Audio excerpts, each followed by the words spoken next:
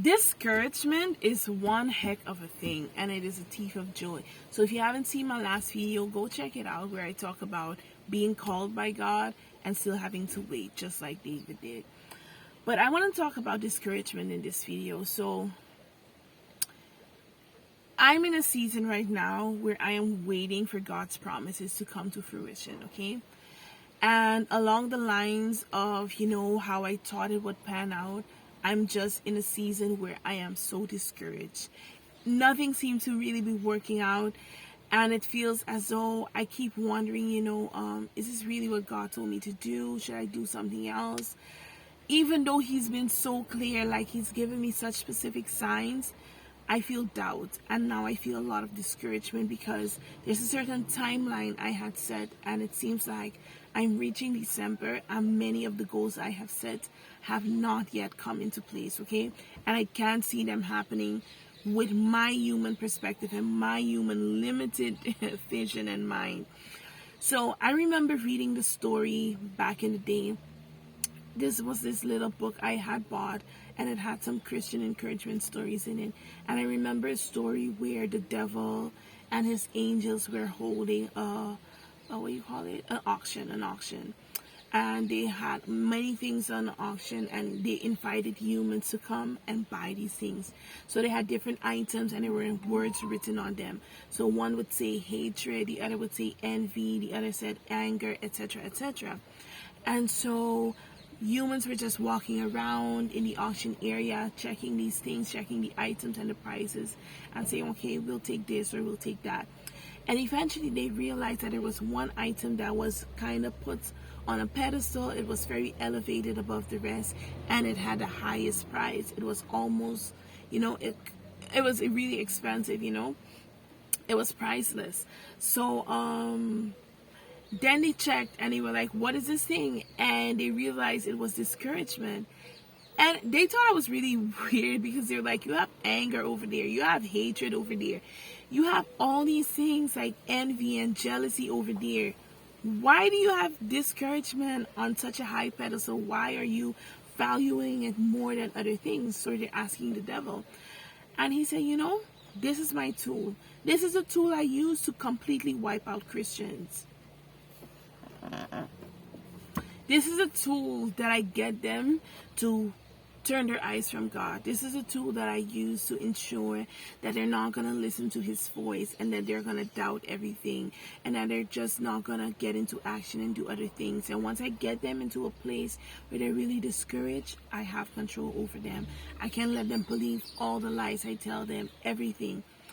And so this story came back to my mind, and I realized how true it was for me in my situation. The moment I'm discouraged, it doesn't matter to me anymore what I know. I believe all the lies of the enemy. It doesn't matter to me anymore what the facts are, what the Bible says, what God has assured me of. I'm just so in my feelings. I'm like, it ain't gonna work out. This is gonna go bad. Why did I think I could do this? Why did I think God would bless me? Why did I think that I was special? Why did I think I was chosen? There's so many people who this doesn't work out for. Why did I think it would work out for me?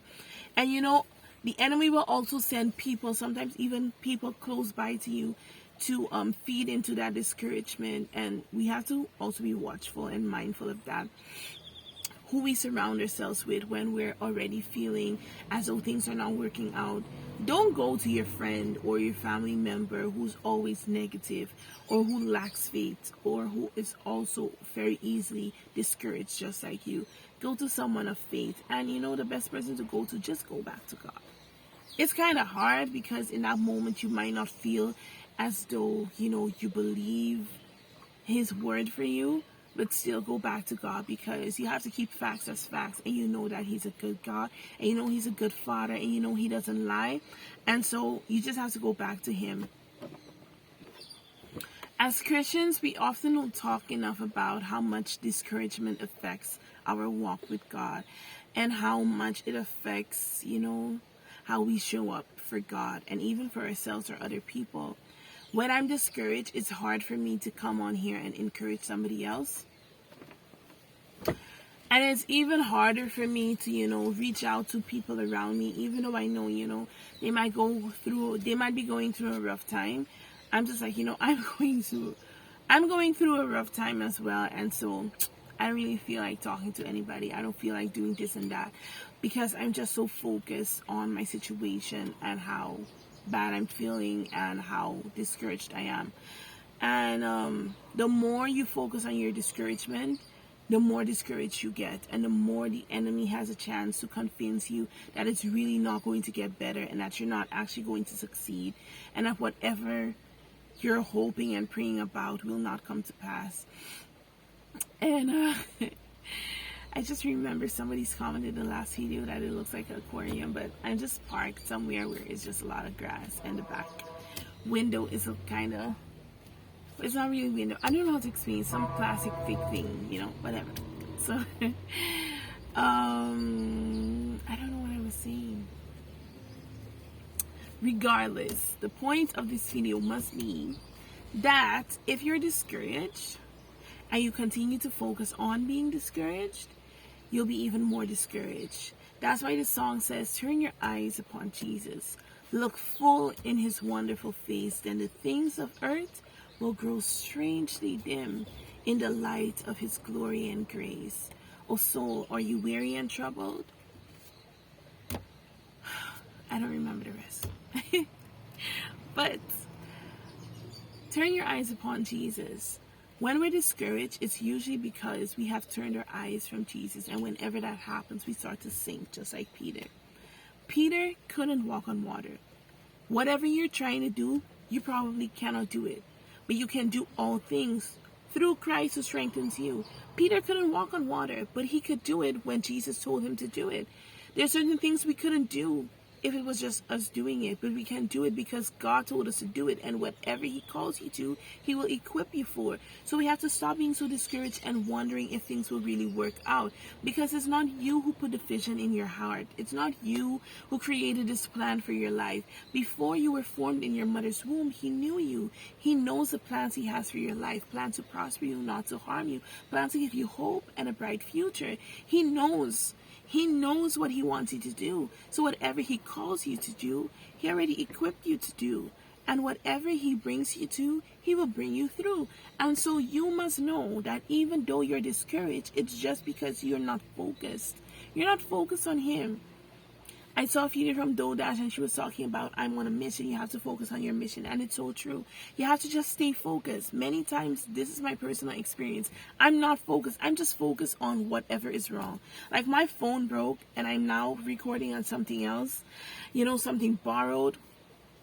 And it's like, it's so discouraging. It's like, it's so hard. I can't get videos out so easily now.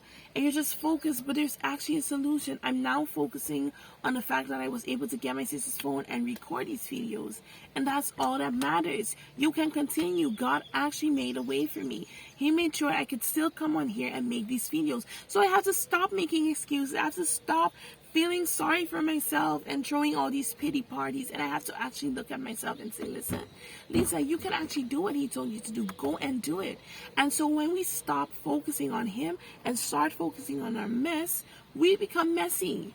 It becomes hard. We become discouraged, because when you look around, you will see problems, because this is an imperfect, sinful world. You're not going to see that everything is lined up. You're not going to see that everything is in order. You're not going to see that it's all going to be okay. But it is, because God is still our God. God is the joy and the strength of our life. He is our God. And so if you are a child of him, and if you trust him, and if he has called you, you must always be sure that your plans, they're not just your plans.